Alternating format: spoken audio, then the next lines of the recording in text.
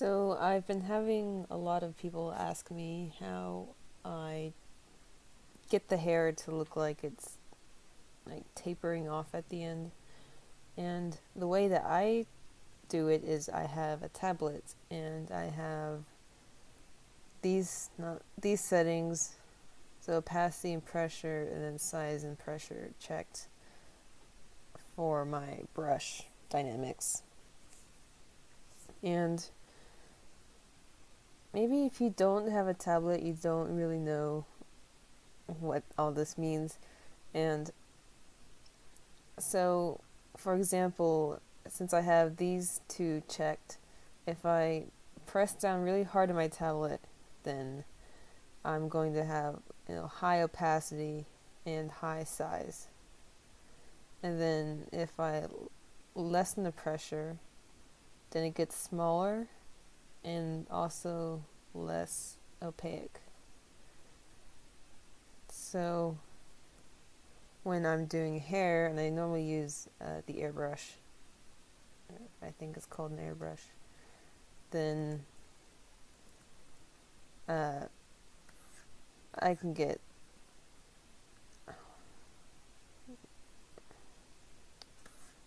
there, that's better. Then I can get the tapering effect.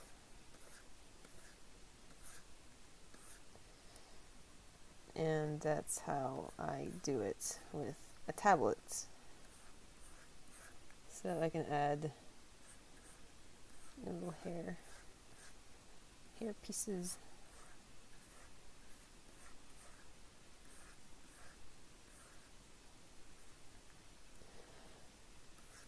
If you have a mouse and no tablet, so now I'm using my mouse, you can kind of get a tapering effect a little bit by using the smudge tool. So if you draw some hair, spaghetti hair, right? Okay, so you have something like this, and then you can use a smudge tool. Probably you should lower down the spacing, which is in the brush dynamics dialog, and something like this maybe for a opacity rate. Then, oh gosh, you can kind of smudge it out and make it look like it's tapering out.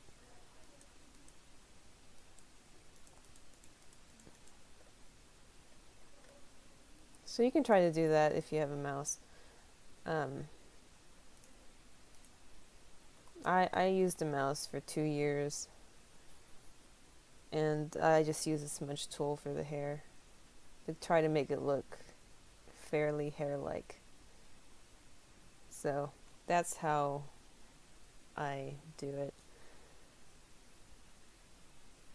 I don't know about Photoshop, if you have Photoshop.